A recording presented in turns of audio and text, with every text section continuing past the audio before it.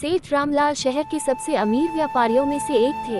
कपड़े का कारोबार, सोने चांदी की दुकानें और शहर के बीचों बीच एक बड़ा शोरूम। उनका रुतबा ऐसा था कि लोग दूर दूर से उनके नाम का लोहा मानते थे। परंतु सेठ जी की सबसे बड़ी चिंता उनका इकलौता बेटा राजन था। राजन बचपन से ही हर चीज में ढीला ढाला रहा। सेठ जी चाहते थे कि वह व्यापार में हाथ बटाए, पर राजन को तो बस ऐश करनी थी। महंगी गाड़ियाँ, ब्रांडेड कपड़े और दोस्तों के साथ पार्टी करना उसकी दिनचर्या थी।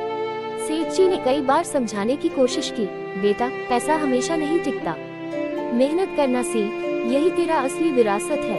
पर राजन हर बार टाल देता, पापा आप हैं ना, जब तक आप हो मुझे कुछ करने की क्या जरूरत। एक दिन सेठ जी ने निर्णय लिया, अब और नहीं। अगली सुबह उन्होंने राजन को बुलाया और कहा, तू आज से घर से बाहर निकलेगा, बिना किसी पैसे के। जा, जिंदगी से कुछ सीख कर आ। जब तुझे लगे कि तू अब अपने पैरों पर खड़ा हो गया है, तब लौट आना। राजन को लगा मजाक है, पर यह मजाक नहीं था।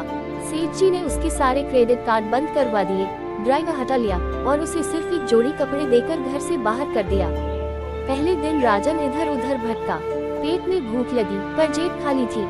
होटल वालों ने भगा दिया, दोस्तों ने फोन उठाना बंद कर दिया। रात को वह एक मंदिर के बाहर सो गया। अगले दिन उसने एक ढाबे पर जूठे बर्तन धोने का काम पकड़ लिया, एक समय का खाना और दिन के 50 रुपए, यही उसकी नई दुनिया थी। धीरे धीरे वह मेहनत करने लगा। अगले कुछ महीनों में वह ढाबे का भरोसेमंद लड़का बन गया। मालिक ने उसे काउंटर पर बैठाना शुरू किया। राजन ने देखा कि कैसे ग्राहक से बात करके बिक्री बढ़ाई जा सकती है, कैसे सामान का हिसाब रखा जाता है, कैसे घाटा नफा काम करता है। एक साल के भीतर उसने थोड़ा थोड़ा पैसा बचाकर एक छोटी सी चाय की दुकान खोल ली। मेहनत, ईमानदारी और अनुभव के दम पर दुकान चल निकली। फिर उसने एक ठेले पर सैंडविच भी बेचने शुरू किए।